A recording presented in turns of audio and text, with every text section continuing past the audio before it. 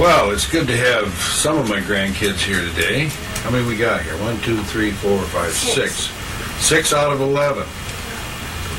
I'm going to tell you a little story, a little hunting story today. You remember that big buck I shot a couple years ago?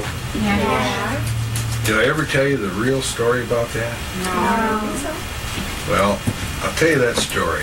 That buck was taken way up in the northwestern part of the Upper Peninsula, way back, way off the road in the cedar swamps and some property that Grandpa hunts up there.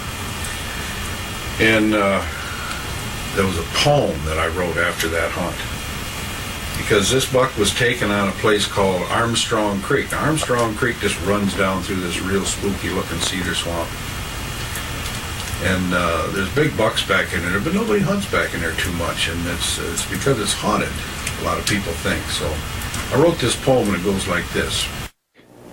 Armstrong Creek is a special place where whitetails get real old.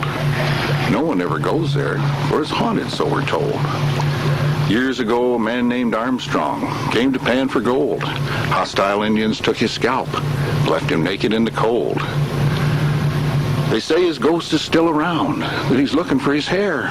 Most folks believe the story, and no one ever hunts there. I don't believe in ghosts and such. My blood's not made of milk. I just know there's bucks in there with horns as big as elk. Come this weekend, I'll be there, just me with my stick and string. No ghost is going to scare me off. I'm going to do my thing. Saturday morning in pre-dawn light, I crept along the creek. The smells were old. I heard a noise, felt my knees go weak. A monster buck suddenly appeared through the trees upon a rise. I drew my bow. The cedar shaft flew just like it had eyes. The buck was down. His rack was huge. I'd need help to get him out. I turned to leave, but something made me stop and turn about. There he stood beside my buck. He was ghostly, pale and thin. His scalp was gone. His naked body wore nothing but a grin. I was frozen in my tracks. I couldn't move or speak. I was standing face to face with the ghost of Armstrong Creek. He spoke to me. The sound was strange, like nothing I'd heard before. Good shot, old coon, he said to me. I thought he might say more, but he turned and vanished in the shadows. My legs suddenly found life. I flipped that buck upon his back and pulled my hunting knife. A slash, a pull, his guts were out. I grabbed him by a horn.